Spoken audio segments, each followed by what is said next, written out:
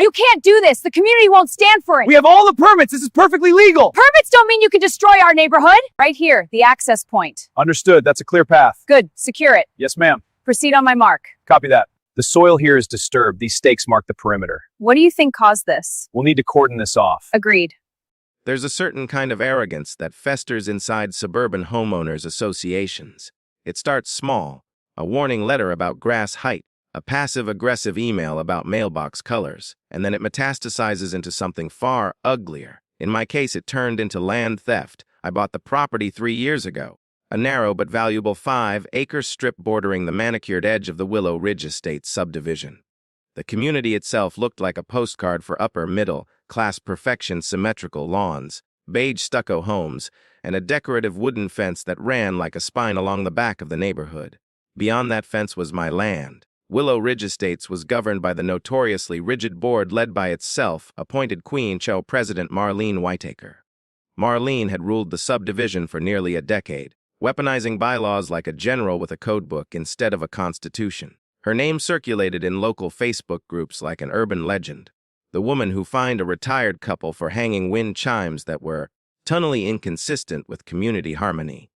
When I purchased the acreage, it was raw and undeveloped. No utilities, no fencing, just open field dotted with scrub oak and wild grass. I bought it for investment purposes, knowing that the city of Brookhaven had been expanding steadily. I had no immediate plans to build. The land simply sat there, quiet, unbothered, and legally mine. Or so I thought. About 18 months after closing, I drove out to the property for a routine inspection. What I saw immediately set off alarms. The decorative wooden fence that marked Willow Ridge's rear boundary was no longer sitting where it had originally stood. It had been moved, and not by inches. The fence now cut nearly 30 feet into my property line.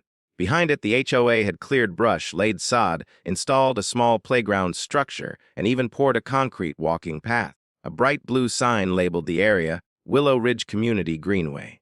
There were park benches bolted into the ground and solar-powered lights staked along the path.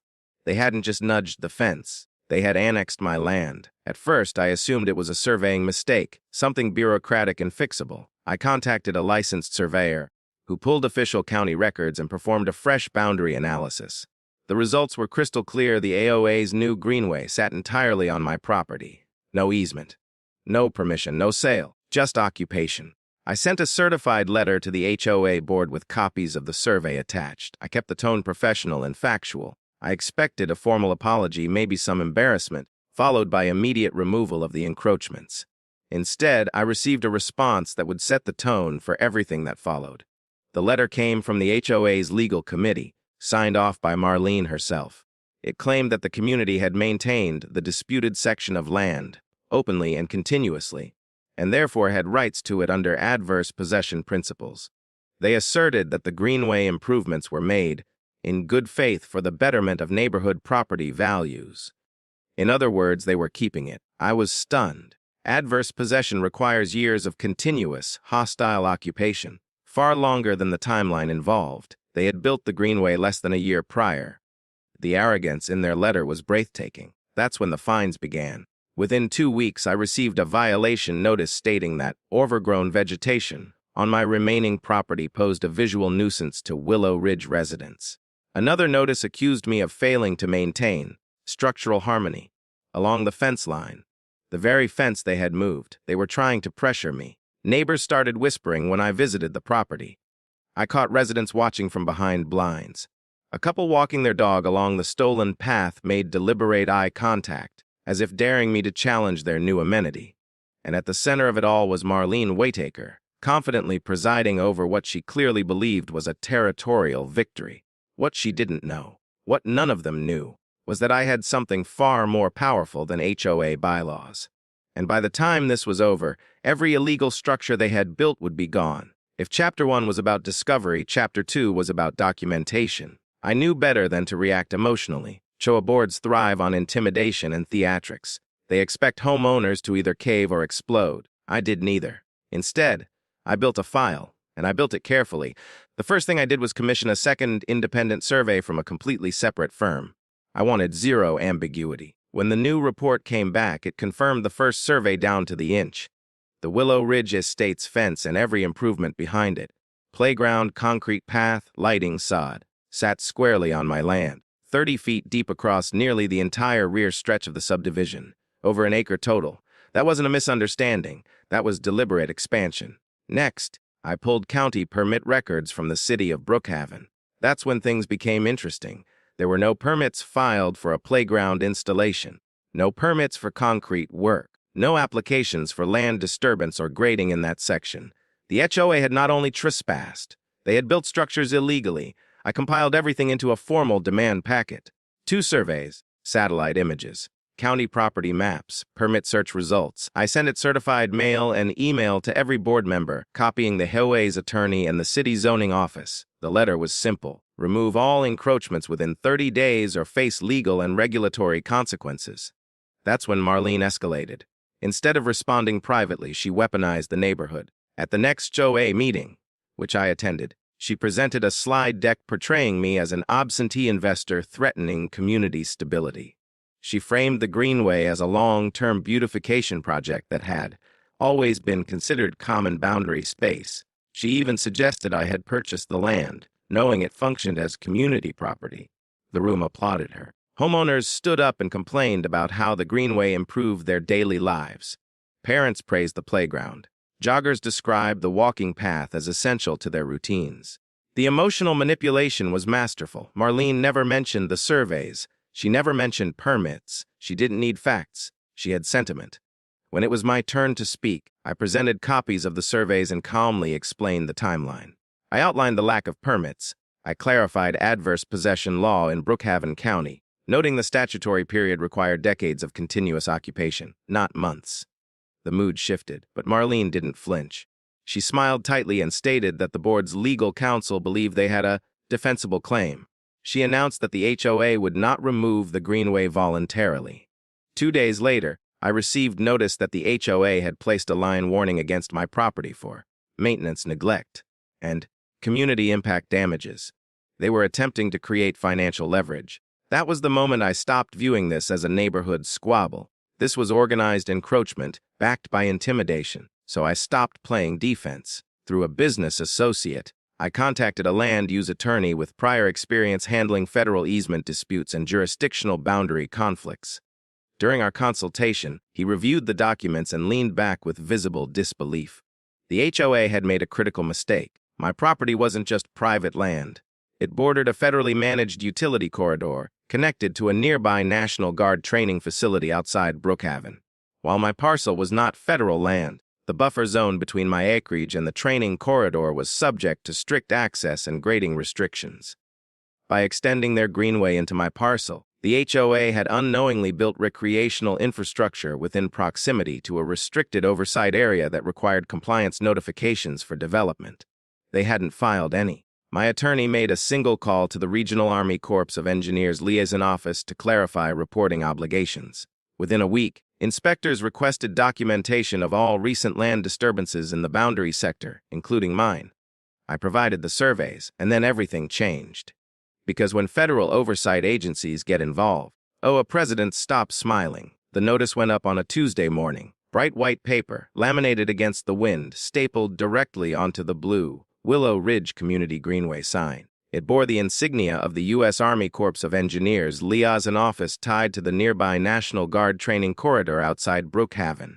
The language was clinical, unemotional, and devastating. Unauthorized land disturbance under review.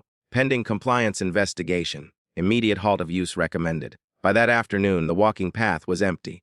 It didn't take long for the panic to ripple through Willow Ridge estates. Homeowners who once strolled confidently across my seized acreage now stood in clusters at the relocated fence line, whispering and scrolling on their phones. The same residents who applauded Marlene's slide presentation were suddenly very interested in zoning maps. Marlene, of course, attempted to regain control. An emergency OA email went out that evening, assuring residents that the matter was routine boundary clarification and that the board was cooperating fully.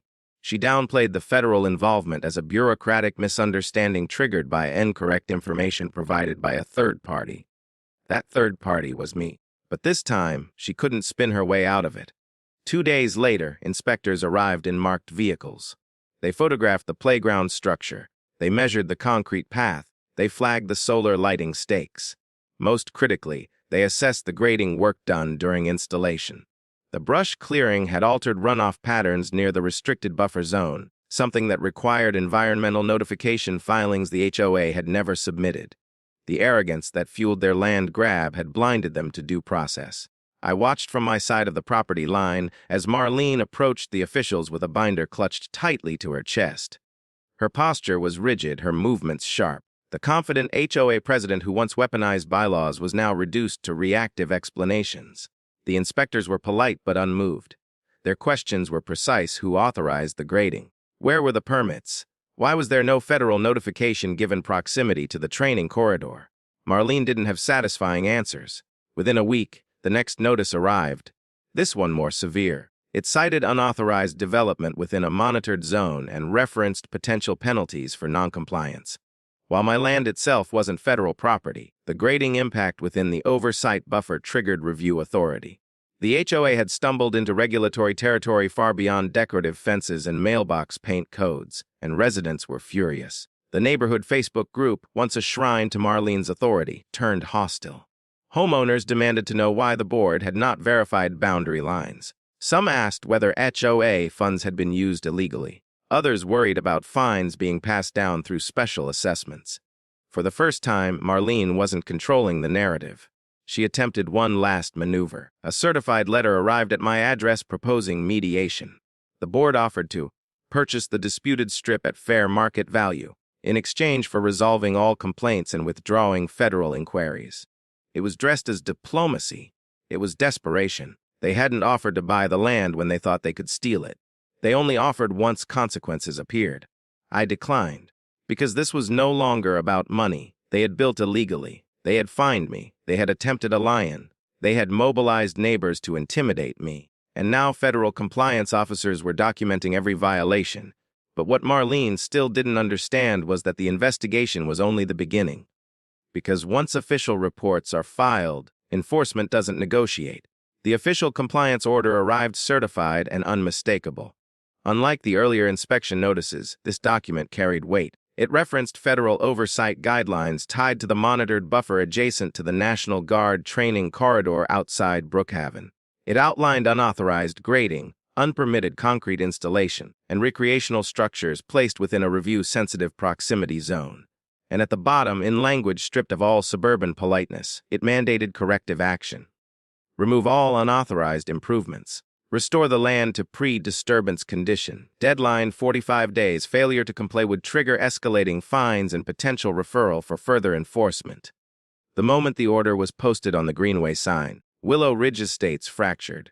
Parents who once praised the playground now demanded to know who approved it without permits. Homeowners who had defended the walking path began calculating what restoration might cost if the HOA reserves were insufficient. The same board that had boasted about protecting property values was now facing the possibility of draining them. Marlene called an emergency town hall meeting at the clubhouse. Attendance overflowed into the parking lot. The mood was nothing like the applause-filled gathering from weeks before. This time, the room buzzed with anxiety and accusation. Financial documents were requested. Legal invoices were questioned. Someone asked whether the board had obtained a formal boundary survey before moving the fence. The answer, once it surfaced under pressure, was devastatingly simple. They had relied on an old developer's map and visual assumptions. No updated survey, no permits, no federal notification. Confidence had substituted for compliance. Marlene attempted to frame the situation as an overreach triggered by my aggressive escalation. She argued that removing the structures would punish families who had done nothing wrong. She suggested negotiating again, perhaps splitting the land or creating a shared use agreement. But the compliance order wasn't a suggestion. It was a directive, and it didn't name me as the enforcing authority. It named the EOA. Within days, contractors began quietly assessing removal costs. The concrete path alone would require heavy machinery to break apart. The sod would need stripping. The lighting would have to be dismantled. The playground structure, proudly installed as a symbol of community expansion, would need full extraction, including the concrete footings anchoring it into my soil. And then there was the fence. The decorative wooden fence that marked Willow Ridge's supposed boundary would have to be relocated back to its lawful position, 30 feet inward. That meant reducing every backyard along that stretch. Homeowners who believed they had gained extended green views were about to rediscover their true lot lines. The anger turned inward. Board members began distancing themselves from Marlene's leadership. Whispers circulated about holding a vote of no confidence. The HOA attorney, who had once claimed a defensible claim under adverse possession, now advised immediate compliance to minimize liability. The irony was thick. When I had sent certified letters with survey maps, I was dismissed as a nuisance investor. When federal oversight entered the picture, I became the least of their concerns. 30 days into the 45-day deadline, the first piece of equipment rolled onto the greenway, a backhoe. Children watched from windows as workers began dismantling the playground. The blue sign came down. The concrete path was jackhammered into fragments, sod peeled back in muddy strips. Solar lights were uprooted and tossed into a trailer. The illusion of expansion crumbled piece by piece. And as the fence posts were pulled from my land and carried back to their lawful boundary, something else shifted. Marlene Whittaker's authority, once absolute, was collapsing under the weight of her own overreach. But the story wasn't finished. Because compliance doesn't erase liability. By the time the last section of fence was dragged back to its lawful boundary, Willow Ridge Estates looked like a construction zone in retreat. The greenway was gone. Where there had once been bright blue playground equipment and a neat concrete walking path, there was now churned soil and uneven earth. The sod had been stripped away. The solar lights were stacked in a heap near the clubhouse, like discarded evidence. Even the wooden benches had vanished, leaving behind rectangular scars in the dirt. But the visual damage was only the beginning. 2 weeks after the final inspection cleared the site as compliant, the invoices arrived. They weren't small. The demolition alone cost tens of thousands of dollars. Concrete removal, debris hauling, grading correction, environmental restoration assessments, legal fees, emergency board meetings, engineering consultations. Each line item stacked on top of the last like bricks in a financial wall closing in on the neighborhood. The HOA reserves couldn't absorb it. That left only one option, a special assessment. Every homeowner along the affected stretch, and eventually the entire subdivision, received notice that an emergency assessment would be levied to cover the compliance costs. Thousands of dollars per household, due within 90 days. The outrage was immediate and volcanic. Residents who once defended the greenway now demanded accountability. The neighborhood Facebook group turned into a digital courtroom.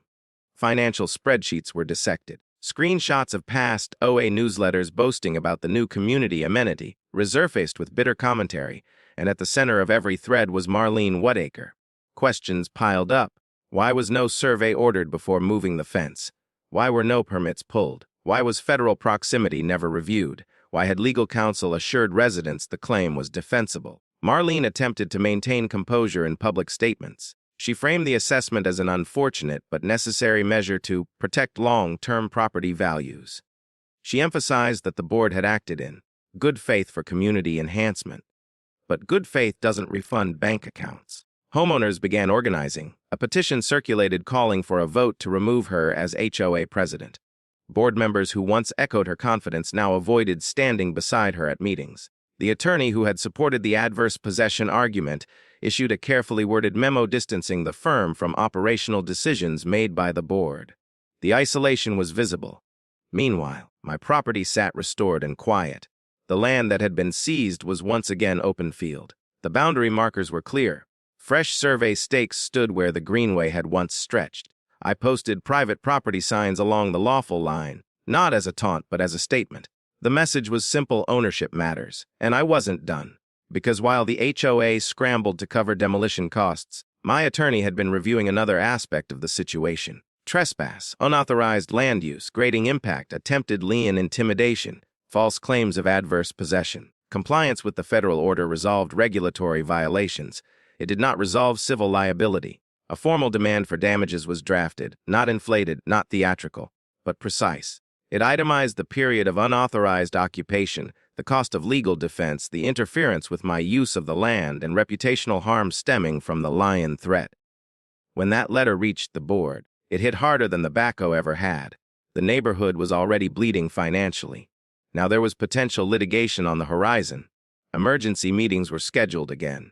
This time, not about playground removal, but about settlement exposure. And as homeowners faced the possibility of yet another financial hit, The mood shifted from anger to something colder. Regret, because the entire disaster had started with a decision made in confidence and defended in arrogance. The special meeting to remove Marlene Whitaker was scheduled for a Thursday night, 6 weeks after the last piece of playground equipment had been hauled away. Attendance shattered every prior record in Willow Ridge Estate's history. Neighbors who had never attended a single HOA meeting showed up early, folding chairs filling the clubhouse and spilling into the hallway.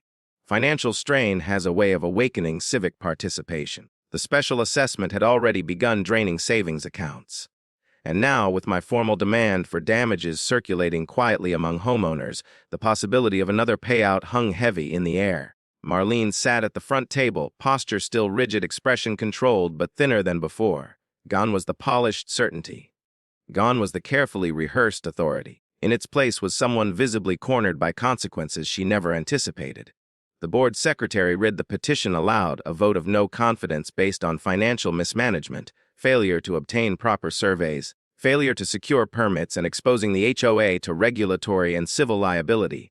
Each charge landed with a dull collective recognition. When Marlene was given the opportunity to address the residents, she attempted one final reframing. She spoke of vision. She spoke of community enrichment. She implied that the land dispute had spiraled because of an uncooperative adjacent owner. She never fully acknowledged the decision to move the fence without verification. But the narrative no longer belonged to her. Ballots were distributed. The room was silent except for the sound of pens moving across paper. When the votes were counted, the outcome was decisive. Marlene Whitaker was removed as HOA president. The applause this time wasn't celebratory, it was exhausted. It was the sound of a community realizing that unchecked authority, even in something as mundane as a homeowners association, carries real consequences. Within days, an interim board reached out to my attorney requesting settlement discussions. The tone had changed completely. There was no mention of adverse possession. No suggestion that the Greenway had ever been community boundary space. Instead, there was acknowledgement, cautious but clear, that the board's prior leadership had overstepped. Negotiations moved quickly. The HOA agreed to compensate for documented legal expenses, the temporary occupation of my land, and the improper lien filing. In exchange, I agreed not to pursue extended litigation for punitive damages. It wasn't a windfall. It wasn't revenge. It was accountability. The final transfer cleared without drama, no speeches, no grand gestures, just paperwork correcting what should never have been disturbed. Months later, my property remains open and untouched. The boundary line is unmistakable. Fresh fencing, properly permitted and professionally surveyed, now marks the division. There is no playground, no walking path, no solar lights pretending to belong somewhere they don't. Willow Ridge Estates is quieter now. The new board operates cautiously, double-checking permits and commissioning surveys before any exterior project. Meeting attendance remains higher than before, a lingering reminder of what happens when oversight fades. And Marlene, she sold her house within the year. Because here's the truth about HOA power struggles. They only work when people believe the rules outweigh reality. The moment documentation replaces assumption and enforcement replaces bluffing, the illusion collapses. They thought they could take 30 feet and no one would notice. They thought bylaws were stronger than property deeds. They were wrong. Land ownership isn't decided by committee vote. It isn't won through applause at a clubhouse meeting. And it certainly isn't secured by moving a fence and hoping no one checks the survey. In the end, every illegal structure they built was removed, not because I shouted louder, but because the law stood firmer than their arrogance. And that's where this story closes, with 5 acres of quiet field, restored exactly where it always belonged.